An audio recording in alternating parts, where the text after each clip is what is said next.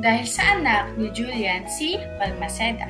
Mga tauhan: Archimedes, Manuel, Rita, Sidora, Cristobal at ang tatlong lalaking sunod-sunod ang laki.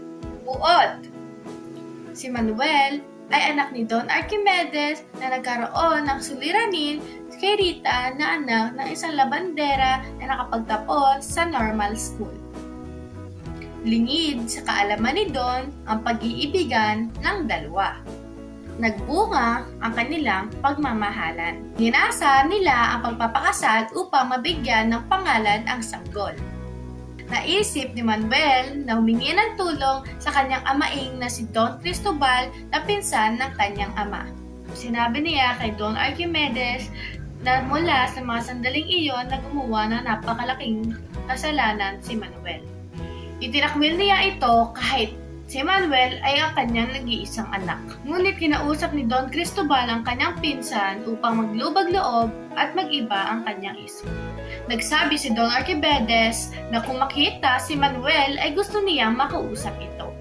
Ngunit hindi niya susundin ang sinabi ng kanyang ama dahil gusto niya tuparin ang pangako niya kay Rita na sila'y magpapakasal. Nag-usap sina Manuel at Don Cristobal. Umisip sila ng paraan upang magbago ang pasya ni Don Archimedes. Nang mabuo ang naisip nilang paraan upang malutas ang kanilang suliranin, kinausap ni Rita at ang kanyang alin nitong si Aling Sidora. Inilahad nila kung paano mag-usap ang mag-alay kay Don Archimedes.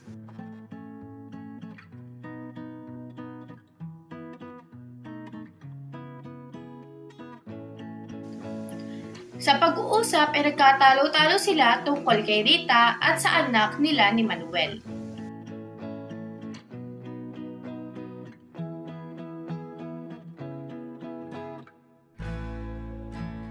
Ayon kay Don Cristobal ay naayos at napapayag na niya si Don Archimedes na sa alang-alang na pagpapakasal ni Manuel dahil sa anak.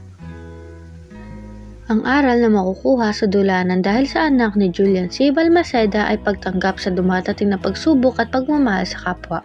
Ito na ang wakas ng review video sa Pilipino na dahil sa anak ni Julian C. Balmaceda.